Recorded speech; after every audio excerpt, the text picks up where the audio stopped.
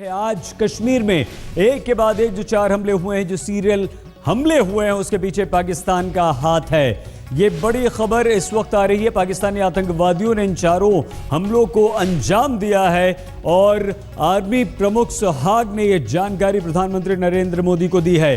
साफ तौर पर यह कहा है कि तमाम आतंकवादी और 4 हमला करने वाले आतंकवादी जो हैं, ये आतंकवादी विदेशी हैं और साफ तौर पर विदेशी का मतलब पाकिस्तान है।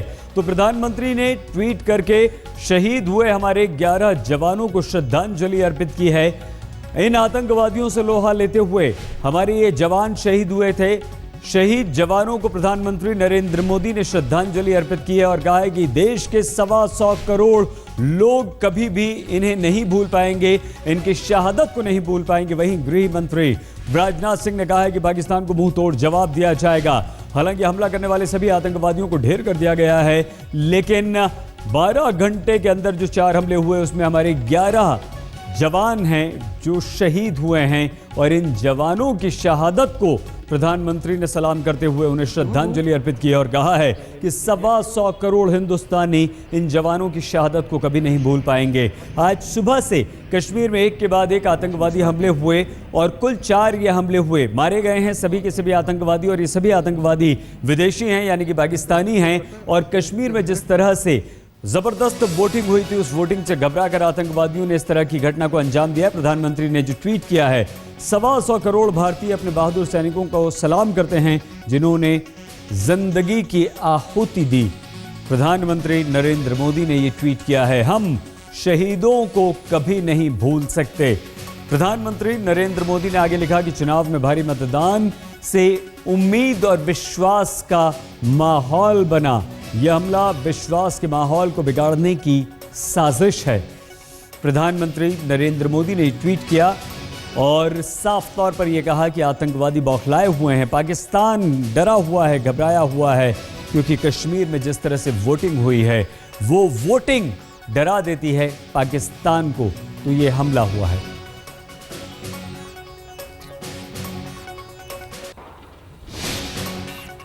हमारे 2 संवाददाता मंजीत नेगी और शुजाउल हक दोनों इस वक्त हमारे साथ जुड़ चुके हैं। हम दोनों से बातचीत करेंगे। मंजीत और शुजा हमारे साथ बने रहेंगे, लेकिन उससे पहले हम ये आपको बता दें कि पाकिस्तान अपनी नापाक हरकतों से बाज नहीं आ रहा।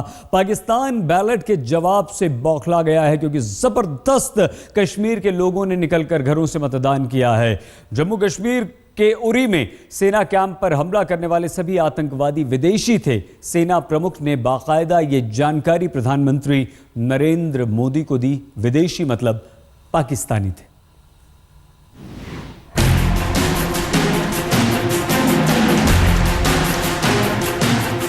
कश्मीर घाटी के उरी में सुबह 3 बजे से ही सेना के कैंप में भारी हलचल शुरू हो गई थी। सेना कैंप में 6 आतंकवादी घुस आए थे और तबाही मचा रहे थे। आतंकवादियों के निशाने पर सबसे पहले आई सेना की क्विक रिस्पांस टीम और जम्मू कश्मीर पुलिस। लेकिन आतंकवादियों की तैयारियों का अंदाजा लगते ही सेना पूरी तैयारी के साथ उतर आई। करीब 6 घंटे तक चली मुठभेड़ के बाद सेना के जवानों ने सभी 6 आतंकवादियों को मार गिराया। सेना के मुताबिक सभी आतंकवादी विदेशी थे जो लंबी लड़ाई के मकसद से आए थे। आतंकवादियों के पास से 13 हैंड ग्रेनेड, 55 मैगजीन और 6 AK-47 राइफल बरामद हुए हैं। ये इसका इनपुट हमको मिल रहा था श्रीनगर के बारे में और एक कोशिश कर रहे थे कुछ बड़ा करने के लिए। और ये मैं बधाई देना चाहता हूँ श्रीनगर पुलिस को कि उन्होंने इस अटैक को रोका। और इनको दोनों को एक तो आइडेंटिफाई हुआ, उसमें से एक कारी असरार है जो लश्कर का एक बड़ा कमांडर है, कारी असरार, और वो आइडेंटिफाई हुआ जो सिपाही मारा गया था। उरी सेना कैंप पर हमले में 8 जवानों के साथ साथ जम्मू कश्मीर पुलिस के 3 जवान भी शहीद हुए हैं। बंकर में आग लगने से सेना को सबसे ज्यादा नुकसान हुआ। सेना प्रमुख दलबीर सुहाग ने आत्मघाती हमले की पूरी जानकारी प्रधानमंत्री को दी। सेना ने साफ कर दिया कि उसी हमले में शामिल सभी आतंकवादी विदेशी थे। संभव है कि उसका इशारा पाकिस्तान की ओर था। यही वजह है कि गृह मंत्री ने बताया कि पाकिस्तान को इसकी जिम्मेदारी लेनी चाहिए। सिलसिला चल रहा है, मैं समझता हूं कि पाकिस्तान को इसे रोकने में पहल करनी चाहिए। यदि पाकिस्तान को इसे रोकने में कोई कठिनाई आ रही है तो भारत के साथ उसे बातचीत करनी चाहिए। भारत उसमें सहयोग करने को तैयार है। लेकिन क्यों होता है कि बराबर जो आतंकवादी भारत की सरहदों को पार करके आते हैं और यहाँ तबाही पैदा करते हैं इस हिंदुस्तान में, वही सब सारे आतंकवादी पाकिस्तान में ही घरों में छिपे हुए हैं।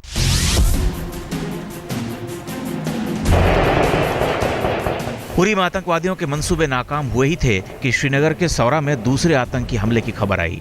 2 आतंकियों ने एक घर में घुसकर फायरिंग की। फायरिंग की खबर पर सेना के जवानों ने उस घर को घेर लिया जिसमें दोनों आतंकी छिपे थे। जवानों ने दोनों आतंकियों को मार गिराया है।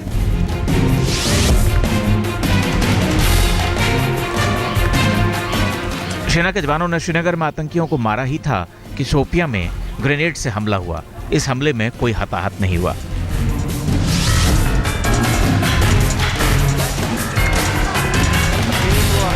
चौथा आतंकी हमला त्राल में हुआ। आतंकियों ने ग्रेनेड से हमला कर एक नागरिक की जान ले ली। इस हमले में 4 नागरिक जख्मी भी हुए हैं।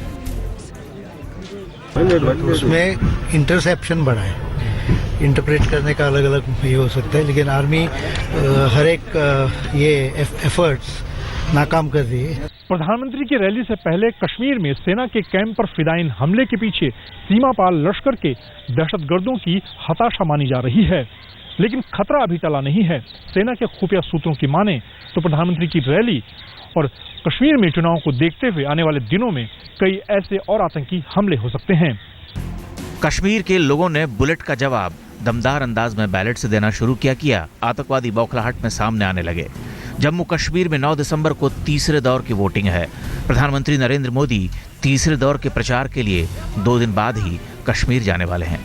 उड़ी हमले में 6 आतंकवादी मार गिराए गए हैं और सेना की माने तो इन आतंकवादियों से कई सारा असला और बारूद रिकवर हुआ है। कहीं ना कहीं इनका यही ख्याल था, यही प्लान था कि जहां तक हो सके वहां तक इस कैंप में, इस आर्मी कैंप में रुके रहें, डटे रहें और कोशिश यही थी कि ये इस हमले को जहां तक हो सके आगे बढ़ाया जाए। लेकिन आर्मी ने इस हमले को 6 घंटों में पूरा करके इन आतंकवादियों को यहां मार गिराया।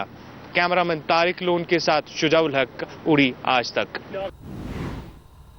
दोपहर लगभग 3:30 बजे पहला हमला हुआ और उसके बाद लगातार ये खबरें आती रहीं कि एक के बाद एक हमले आतंकवादियों के कश्मीर में होते रहे और शाम होते होते इन हमलों की तादाद हो गई 4।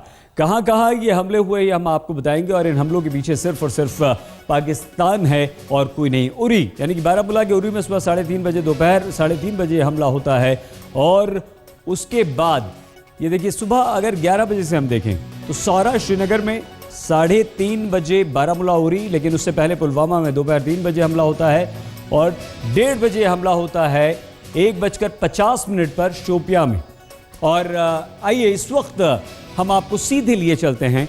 हमारे संवाददाता शुजाउल हक हमारे साथ हैं और हमारे साथ इस वक्त बने हुए हैं मंजीत नेगी। शुजा, बहुत भारी तादाद में इन आतंकवादियों के पास से असलाह भी बरामद हुआ है। क्या ये सिर्फ भारी मतदान से डरे हुए थे और पाकिस्तान क्या ये नहीं चाहता कि 9 तारीख को जो अगला चरण है उसमें लोग घरों से बाहर निकलें और मतदान करें? इस हमले के पीछे क्या हम इसी बात को माने या कुछ और भी हो सकता है शुजा?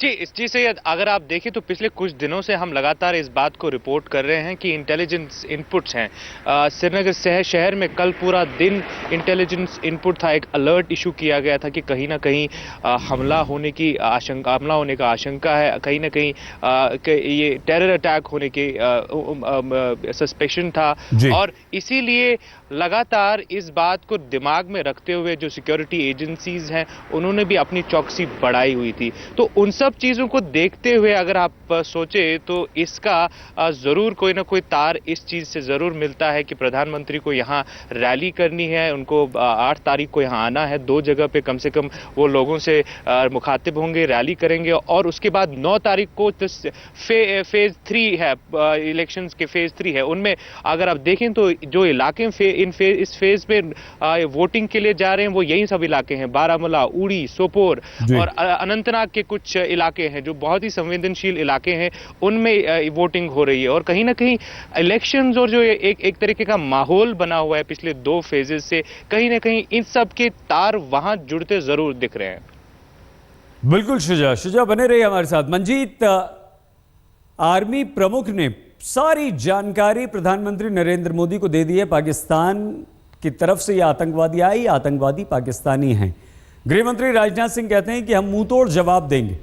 वो जवाब क्या होगा, क्योंकि प्रधानमंत्री को जाना है, दौरा करना है 8 तारीख को, 9 को वहां पर चुनाव है और लगातार इस तरह के आतंकवादी हमले, कोई सख्त कदम उठाते हुए हमारी सरकार मंजीत नजर आ रही है? देखिए, फिलहाल जो प्रधानमंत्री की मुलाकात सेना प्रमुख प्रधानमंत्री से मिले हैं, उससे जो जानकारी निकल कर आई है, सारी जानकारी प्रधानमंत्री को दी गई और प्रधानमंत्री की तरफ से, सरकार की तरफ से सेना को पहले से भी और अब भी ये सीधे निर्देश हैं कि किसी तरह की कोताही नहीं बरती जानी चाहिए, खासतौर से घुसपैठ में और इस तरह के हमले में उसका माकूल जवाब दिया जाएगा। और मामले की गंभीरता सहित इस बात को लेकर भी रही कि आज इस पूरे मामले में सेना प्रमुख ने पहले रक्षा मंत्री को 2 बार इस पूरे मामले की जानकारी दी। सुबह उनको जानकारी दी, उसके बाद खुद सेना प्रमुख और रक्षा मंत्री की तरफ से प्रधानमंत्री को इस मामले में जानकारी दी गई। हालांकि अभी कह सकते हैं कि जो खतरा है वो सेना के मुताबिक अभी टला नहीं, क्योंकि इस तरह के जो हमले की आशंका है वो अभी भी। आप दोनों हमारे साथ बने रहिए, हम आगे और बातचीत आपसे करेंगे। हमारे दोनों संवाददाता हमारे साथ बने रहेंगे। लेकिन पाकिस्तान इन आतंकवादी हमलों के पीछे 12 घंटों में 4 आतंकवादी हमले होते हैं और चुनावों से, खासतौर से लोगों को घरों से जिस तरह से निकलकर लोगों ने वोट दिया, उससे पाकिस्तान डर गया है।